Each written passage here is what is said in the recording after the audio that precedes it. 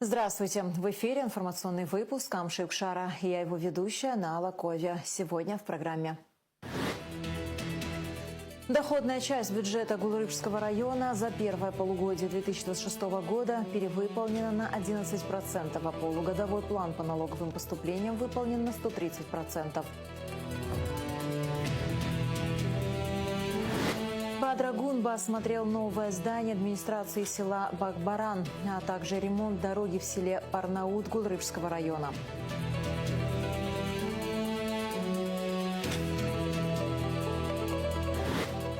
Парламент Абхазии ужесточил ответственность за незаконные археологические раскопки, дополнив Уголовный кодекс новой статьей.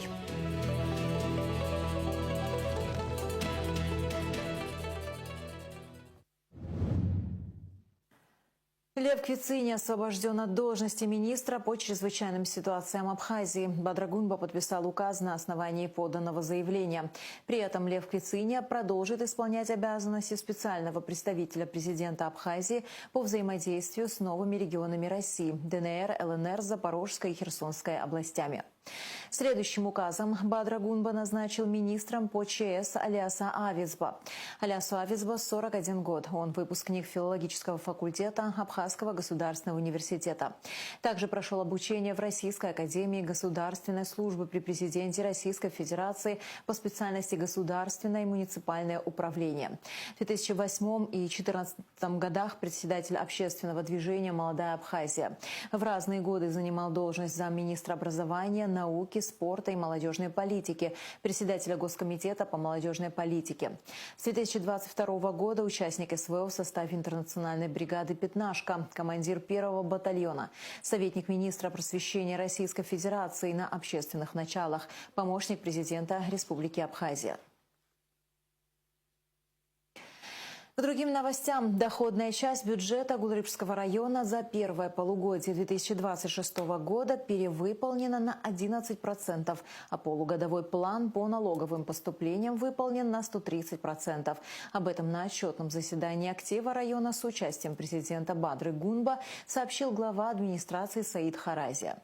На заседании подвели итоги социально-экономического развития, работы служб жизнеобеспечения, а также достижений в сфере образования, медицины, культуры и спорта. Подробности в материале Ирены Богатылия. На итоговом заседании актива с участием президента Бадры Гунба озвучили ключевые цифры. Район полностью выполнил план по всем 13 видам собственных доходов, а налоговые поступления превысили плановые показатели на 130%. Фонд оплаты труда вырос на 53 миллиона 622 тысячи рублей, что позволило поднять зарплаты сотрудникам на 50%. Также увеличили ежемесячные пособия инвалидов до 16 лет от 2,5 до 3,5 тысяч рублей. Активно обновляется инфраструктура. Замена кровли здания клуба в селе Гудзера. Для центральной районной больницы закуплена современная эндоскопическая стойка, а автопарк ЖКХ пополнился 2 новыми мусоровозами. Расходная часть бюджета за отчетный период выполнена на 94%. При плане 217 миллионов, фактические расходы составили 205 миллионов 569 тысяч рублей, что больше на 18% расходов за аналогичный период 2025 года. В первом полугодии 2026 года из резервного фонда администрации направлено 3 миллиона 83 тысячи рублей на оказание материальной помощи жителям Гулрыбского района в количестве 115 человек.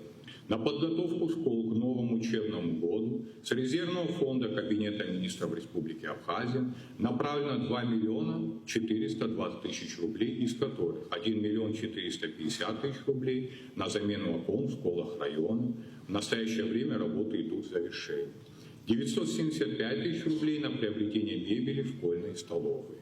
С целью проведения текущего ремонта помещений школ за счет средств районного бюджета приобретены строительные материалы на общую сумму 787 600 рублей. Отдельное внимание на заседании уделили бесперебойному энергоснабжению и дисциплине платежей. В первом полугодии бюджетные организации района обеспечили 100% оплату за электроэнергию. За первое полугодие 2026 года было установлено 1019 приборов учета. За аналогичный период 2025 года было установлено 494 единицы. Охват в районе по приборам учета составляет более 40%. Ведется системная работа в данном направлении, что принципиально изменит отношение к оплате за потребленную электроэнергию, а также повысит качество электроэнергии. Вопрос сбора средств за потребленную электроэнергию стоит на постоянном контроле у руководства администрации района. По итогам первого полугодия текущего года прослеживается положительная динамика увеличения сбора средств. Наша служба постоянно чувствует внимание и поддержку руководства района. Итак, за первое полугодие 2026 года за потребленную электроэнергию было начислено 137 миллионов 491 тысяча 790 рублей. Оплачено 60 миллионов 722 тысячи 340 рублей. Процент оплаты составляет 44,16%. Параллельно растет и площадь обрабатываемых сельхозугодий, достигшая 1000 гектаров. Безопасность и правопорядок при этом остаются на особом контроле. С отчетом о службе безопасности выступил Дмитрий Адлиба. Из них возбуждено 7, направлено в суд 6, остаток неоконченных дел 6. Службой ОГАИ ОВД по Глурывскому району было выявлено, составлено 1791 протоколов за нарушение правил дорожного движения. За аналогичный период 1114. На ликвидацию последствий майских подтоплений и укрепление инженерных сооружений были оперативно брошены все службы. При поддержке республиканского бюджета в районе реализован комплекс масштабных работ. Так проведено выпрямление русла реки Кодор. Начались восстановительные работы стратегического тоннеля в селе Лата. Начало нынешнего лета стало серьезным испытанием для Глурывского района. 2 наводнения нанесли ущерб жителям, инфраструктуре района и сельскому хозяйству. Государство не осталось в стороне, и мы по мере своих возможностей оказываем поддержку людям, столкнувшимся с этой бедой. Мы оперативно организовали помощь, направили необходимые силы и средства и продолжим делать все необходимое для полного восстановления пострадавших поселков и сел. Несмотря на эти трудности, район продолжает развиваться. Сегодня мы видим положительную динамику по целому ряду направлений. В этом году бюджет Глурывского района по доходам составляет более 225 миллионов рублей, а по расходам почти 483 миллиона рублей. При этом значительная поддержка оказывается из республиканского бюджета. Только в виде межбюджетных трансферов району предусмотрено свыше 219 миллионов рублей на текущий год. Именно районы являются основой абхазского государства, отметил Бадрагунба, выступая перед жителями Глурывского района. Глава государства особенно отметил труд сельчан, подчеркнув, что не случайно 2026 год объявлен годом села. Президент подчеркнул, что это не разовая акция. Руководство страны сделает все для облегчения сельского труда. Глурывский район всегда славился трудолюбием, сильными и неравнодушными людьми. Здесь умеют работать, здесь умеют преодолевать трудности, бережно относятся к своей земле и воспитывают детей с уважением к труду. Именно такие люди являются главной опорой нашего государства. Не случайно нынешний год объявлен годом села. Но хочу подчеркнуть, это не разовая акция и не внимание лишь на один календарный год. Развитие села, поддержка районов, создание достойных условий для жизни людей были и останутся одним из главных направлений государственной политики. Запуск международного аэропорта Сухум имени Владислава Арденба дал мощный импульс бизнесу. За полгода обслужено около 30 тысяч пассажиров. Уже сегодня работа аэропорта способствует росту налоговых поступлений, развитию предпринимательства, сферы услуг и созданию новых рабочих мест. Кроме того, по словам президента, в этом году Абхазия может установить рекорд по турпотоку. Сегодня аэропорт выполняет регулярные рейсы более чем в 10 регионов Российской Федерации. За первое полугодие обслужено около 30 тысяч пассажиров, а по итогам года мы ожидаем достижения цифры более чем 180 тысяч человек. Уже сегодня работа аэропорта способствует росту налоговых поступлений, развитию предпринимательства, сферы услуг и созданию новых рабочих мест. Благодаря новым поступлениям от деятельности аэропорта в районе создаются условия для приобретения собственной техники, которая необходима для реализации вышеперечисленных работ, в том числе берегоукрепительных. Хотел бы обратить здесь ваше внимание и поблагодарить руководство района в лице Саида Геннадьевича и его коллег за беспрецедентную работу по оснащению техническим парком. С более 159 миллионов рублей направлено на приобретение необходимых технических средств. Это как раз-таки возможность высвободить дополнительные средства, направить эти средства на социальную и адресную помощь граждан в районе. Все достигнутые результаты – это заслуга не только органов власти, это общий труд руководства района, депутатов местного собрания, работников образования, здравоохранения, культуры, предприятий и всех жителей Кулрыбского района. Хочу искренне поблагодарить каждого за ответственность и добросовестный труд. Руководство страны и впредь будет оказывать поддержку районам, в том числе и району, который для меня является очень близким, район, в котором я родился и жил. Уверен, что совместными усилиями мы обеспечим достойное развитие как Кулрыбскому району, так и нашей стране. В конце заседания президент призвал всех действовать сообща и поддерживать друг друга в это непростое время. Именно поддерживая друг друга, создавая возможность развития нашей страны, мы сможем в этом непростом мире сохраниться как страна и сохранить тот мир, которым мы сегодня обладаем. Ничего нас не должно останавливать в вопросах развития нашего государства. Мы знали, что и курортный сезон является ключевой сферой для сохранения социальной стабильности, социального благополучия граждан нашей страны. Мы предприняли ряд мер, которые позволили сегодня нам говорить о том, что эти шаги были совершенно правильные и справедливые. Результаты сегодня очевидны. У нас показатели практически достигли предыдущих лет. Конечно же, это не предел. Конечно, нам необходимо думать на перспективу и создавать условия для привлечения гостей в нашу страну. Ирина Богателия, Алексей Гухава, Абхазское телевидение. Бадрагунба осмотрел новое здание администрации села Бахбаран, а также ремонт дороги в селе Парнаут Кулрыбского района. В ходе поездки президент пообщался с жителями сел. Они поблагодарили президента за внимание и помощь в решении насущных проблем и задали ряд волнующих их вопросов. Шазина Ханагу расскажет детали. Жители села Багмаран долгие годы ждали новое здание администрации. Более 30 лет у администрации не было нормальных условий для работы. До военных событий строение располагалось в другом месте. Однако после Отечественной войны народы Абхазии начали использовать деревянную конструкцию 40-х годов. Объект полностью не соответствовал требованиям. Теперь, благодаря проделанной работе, условия изменились. Старое здание ликвидировано, построено новое. У входа были представлены снимки всех этапов строительства.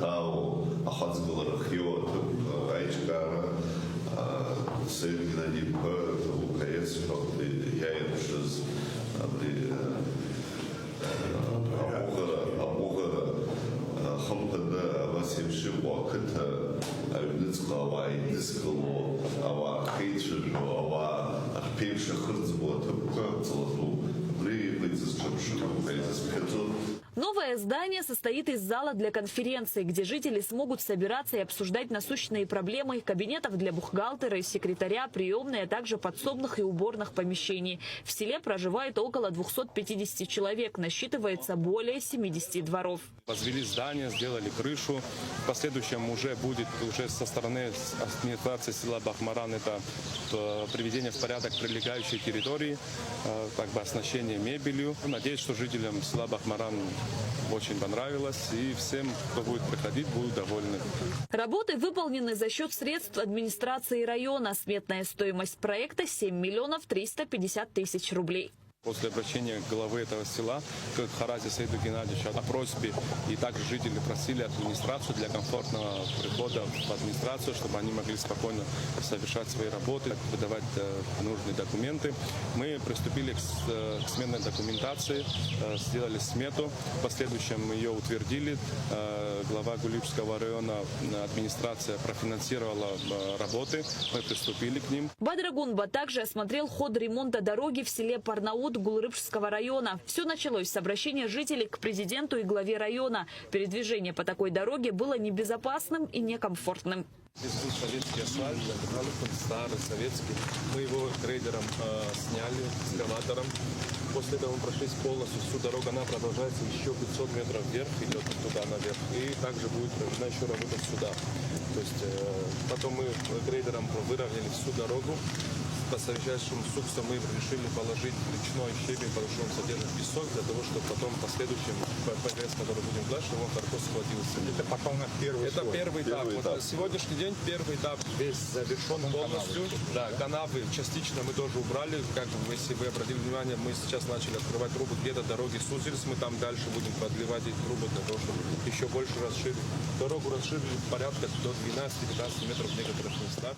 Общая протяженность дороги составляет 4,5 километра, но по просьбе граждан ее продлили до 5 километров. Все будет качественно, гладко, для того, чтобы комфортно люди могли передвигаться по своим домам, в гости могли ездить, и школы, и сады посещать. Финансирует управление капитального строительства, кабинет министров, работу проводит администрация жилищно-коммунального хозяйства Гулибского района. В ходе поездки президент пообщался с жителями села, которые выразили благодарность за внимание и помощь в решении насущных проблем. При этом территория не было вообще ни одного президента. Уже представитель даже.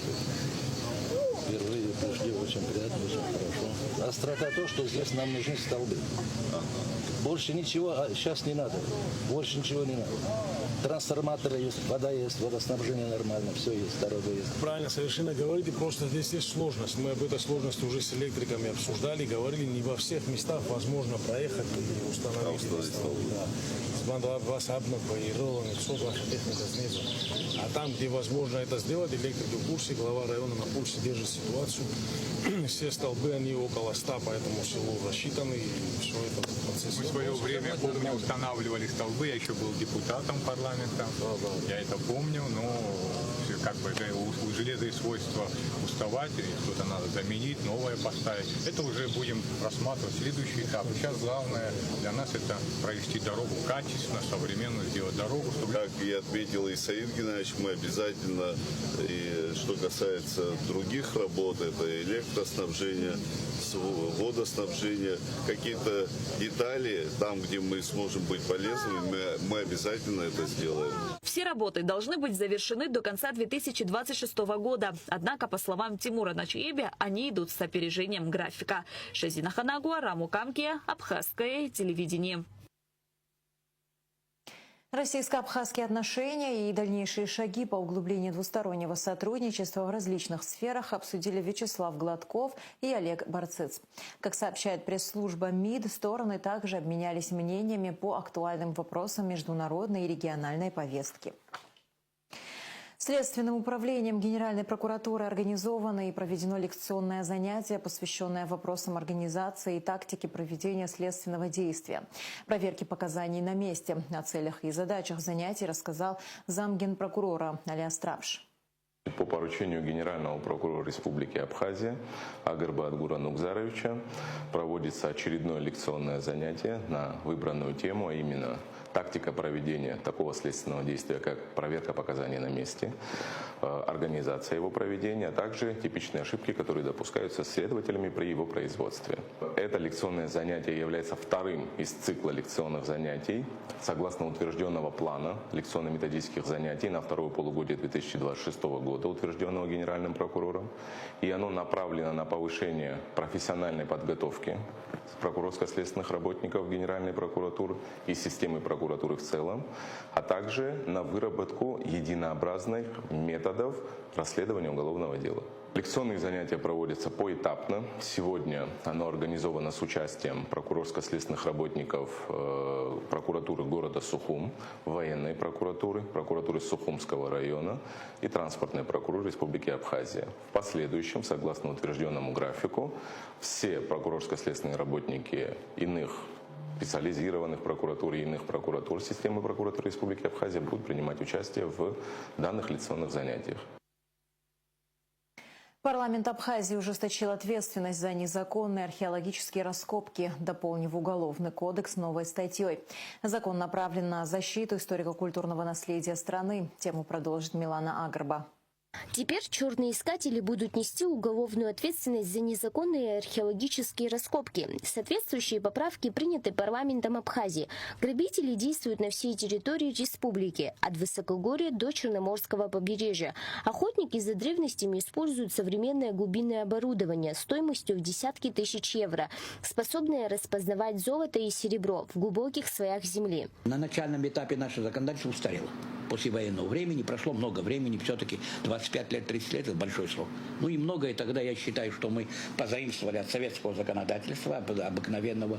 Значит, тогда это был Абхазский совет грузинского общества охраны памятников. Она, естественно, устарела. Государственное управление теперь полноправное, это часть государственных структур.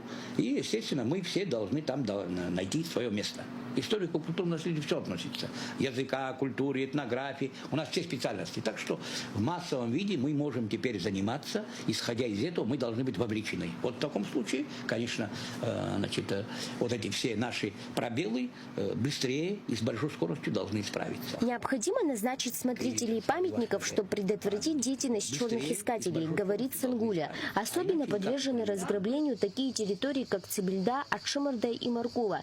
Искатели оставляют только те находки, которые не поддаются продаже, а более ценные артефакты вывозятся за пределы страны и выставляются на аукционы. Кроме того, по мнению Сангуля, для начала раскопок нужно не только разрешение от археологической комиссии Академии наук Абхазии, но и от Госуправления по охране историко-культурного наследия. Выдача открытого листа Академии недостаточно. Почему?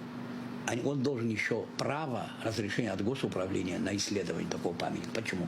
Скажем, храм аварийный. Так? Они исследуют от того, что эта стена исследована, она рушится. Понимаете? Не исследовать нельзя, а исследовать он удаляет землю. Эти же все наносы, это укрепляет стену. Вот его взяли, раздели. Все, стена рухнет.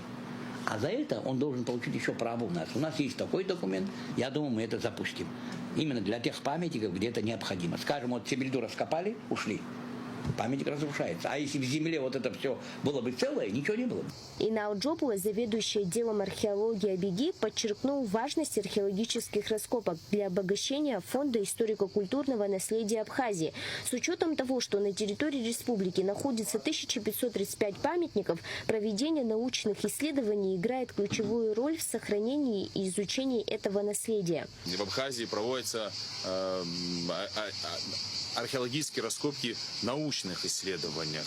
Вот они, может быть, и не столь масштабны, но они на регулярной основе, на эталонных памятниках наследия страны. И не только наследие страны, мирового наследия проводится. Как вы знаете, сейчас вот начинаются и проводятся раскопки на таких памятниках, как там Палан в Адзюбже, в Гюеносе раскопки, в окрестностях Нового фона раскопки проводятся.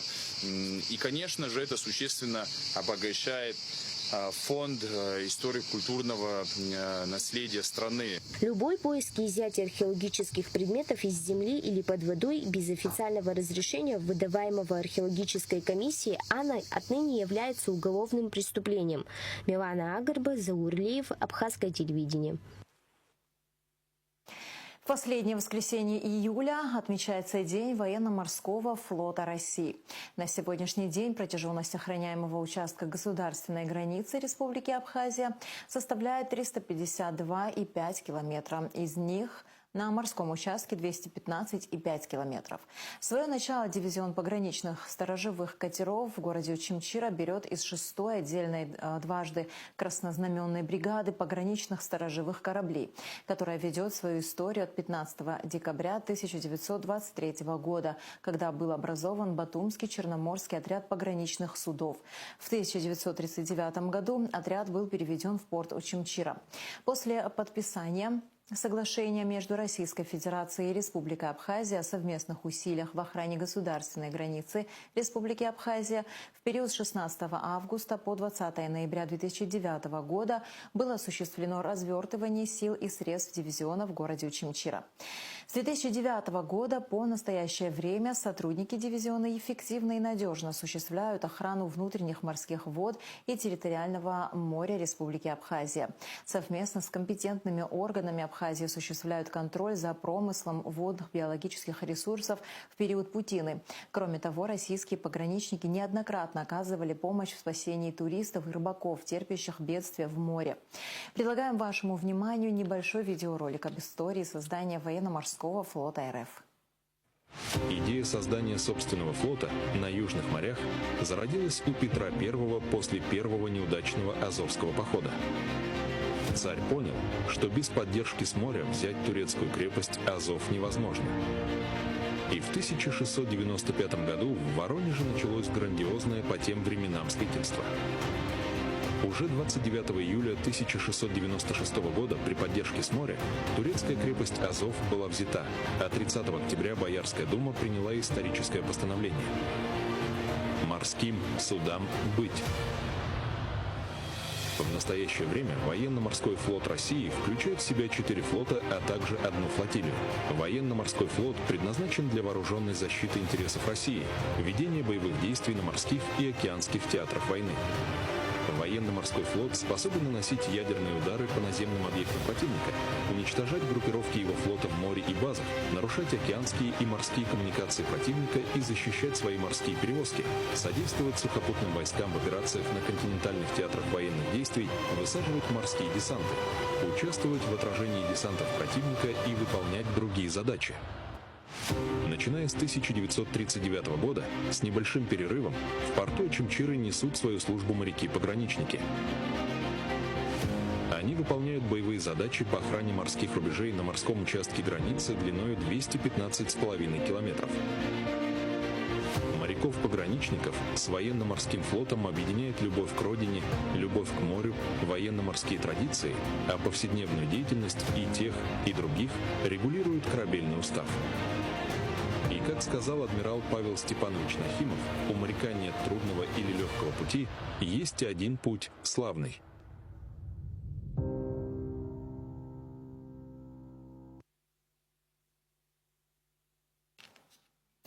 Указом президента Бадры Гунба за вклад в развитие эстрадного искусства Абхазии высокое исполнительское мастерство Изольда Кучуберия, Танзилу Канджария, Джейрану Шумения присвоено почетное звание «Заслуженный артист Республики Абхазия».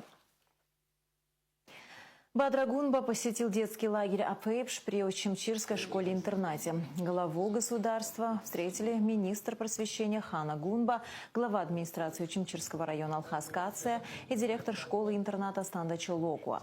Президент ознакомился с работой тематической секции «Экоквест». Презентацию экологического проекта провела Кама Адлиба, которая продемонстрировала модель очистки и фильтрации воды простыми и доступными методами. По завершении презентации присутствующие наглядно подтвердили безопасность и высокое качество очищенной воды. Лагерь организован Министерством просвещения Республики. Сейчас здесь отдыхают 100 школьников от 12 до 16 лет со всех районов республики. Спектакль «Земляника» представил Абхазию на международном фестивале в Москве. Постановка была представлена в рамках международного фестиваля «Театральный бульвар», сообщает пресс-служба театра «Искандера». Показ прошел в амфитеатре на Покровском бульваре, одной из самых красивых открытых площадок российской столицы. Собравшие многочисленных зрителей, организаторы показа выразили благодарность Департаменту культуры города Москвы за приглашение и предоставленную возможность стать частью одного из крупнейших международных театральных фестивалей текущего летнего сезона. МЧС Абхазии и ФСБ России провели совместный рейд в акватории Сухума. Главной целью проверки стало обеспечение безопасности граждан на водных объектах республики. Специалисты уделили особое внимание проверке документации у судоводителей и контролю за соблюдением правил безопасного поведения на воде. Как сообщает пресс-служба МЧС, в ходе патрулирования спасатели и пограничники выявили ряд грубых нарушений. Так, у одного из владельцев гидроцикла полностью отсутствовали документы на право управления плавсредством. Кроме того, в поле зрения инспекторов попали несколько отдыхающих, которые плавали на саббордах без обязательных спасательных жилетов. Все нарушители были незамедлительно возвращены на берег, с ними провели разъяснительные беседы. В ведомстве отметили, что подобные проверки во время туристического сезона станут регулярными и более масштабными. На некоторых участках городского пляжа Сухума появились знаки о том, что купание запрещено. У многих горожане задаются вопросом, почему ведь ранее они купались в этих местах без каких-либо ограничений. Соблюдают ли граждане правила и почему выставлены знаки, узнавала Элита Рутюнян. Лето – время отдыха. И, конечно же, купание в море, особенно в жаркую погоду. Но, несмотря ни на что, важно соблюдать все меры предосторожности, обращать внимание на соответствующие знаки и правильно их понимать. Ведь самое главное – безопасность. Безусловно, когда плаваю, всегда обращаю внимание, где есть буйки. Плаваем только в тех местах, которые предназначены для купания. И, безусловно, знаки, они показывают людям, где можно купаться, где нет. Потому что если человек все-таки эти знаки игнорирует, он сам берет на себя ответственность. Таким образом, все люди, которые смотрят на эти знаки, они снимают с себя эту ответственность. Таким образом, им безопасно купаться. Я всегда смотрю на знаки, чтобы не было никаких происшествий, чтобы всегда можно было с комфортом, аккуратно искупаться. И я считаю правильным, что знаки стоят, то, что оповещают людей о том, что там нельзя плавать. На некоторых водных объектах общего пользования, пляжах, в случае угрозы жизни и здоровья людей выставляются специальные знаки о запрете купания. Такие предупреждения появляются не просто так. Еще до начала купального сезона на городском пляже Сухума были произведены ежегодные работы по осмотру и очистке дна водолазами. Именно так были выявлены участки, где купание небезопасно. В целом водолазы вытаскивают все предметы, потенциально угрожающие жизни человека. Как рассказал Тенгиз Самбуа, начальник ГИМС МЧС, это определенные металлические предметы, но не все. Ведь для полного очищения необходима соответствующая техника. Эти предметы мы указали в схеме и передали в администрацию города. И по нашей рекомендации они выставили там знаки, что купание запрещено. Но в принципе на этих местах мы довели до них, что не всю территорию надо огородить, что там купание запрещено, и они подредактируют эти знаки, что не именно всю территорию надо огородить, а вот на определенных участках, допустим, на волнорезе, что с волнореза прыгать нельзя, потому что вот у волнореза торчат определенные участки вот под водой. На сегодняшний день такой техники у нас нет. Мы вот из администрации города в ближайшее время планируем помощь приобрести такую технику и будем выполнять работу. Также есть участки вдоль волнореза, где присутствуют запрещающие о плавании знаки. Начальник ГИМС МЧС отметил, что соответствующие таблички должны быть выставлены на всей территории Абхазии, особенно в местах, где реки впадают в море. Это было доведено до всех, это не первый год, мы каждый год доводим до всех глав администрации, и в принципе они это делают, но за год, как мы знаем, бывают сильные шторма в летний период тоже, и эти таблички, знаки, они штормом уносят, смываются. И вот если брать по городу Сухуми, их несколько раз даже ставили. На сегодняшний день на Киласуре они не стоят, но в администрации города их заготовили и будут ставить. Соблюдение правил безопасности не просто сделают отдых комфортным, зачастую они сохраняют жизнь. Как мы знаем, в этом году недавно произошел случай, в районе доков человек утонул. Там всю территорию огородить невозможно, там выставить знак о том, что там купание запрещено, там знак выставят, но и тем не менее люди будут купаться, там в основном купаются местные жители. Там до всех доведено, что Купаться там, в принципе, небезопасно, но и тем не менее там нужно выставлять знаки о том, что там купание запрещено. В основном там дети прыгают с разрушенных доков. Вот это самое опасное. По словам Тенгиза Сабу, администрация города Сухум в ближайшее время установит обновленные запрещающие знаки, ведь они предупреждают купающихся о потенциальной опасности. Начальник ГИМС МЧС также призвал каждого следить за своими детьми на любом водном объекте. Аэлита Арутюнян, Абхазское телевидение. И в завершении выпуска о погоде.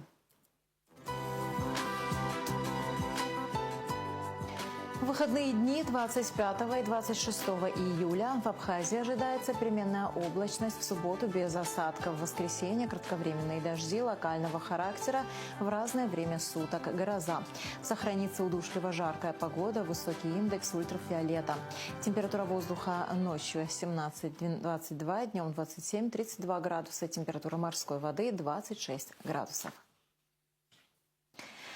На этом наш выпуск завершен. До скорых встреч в эфире.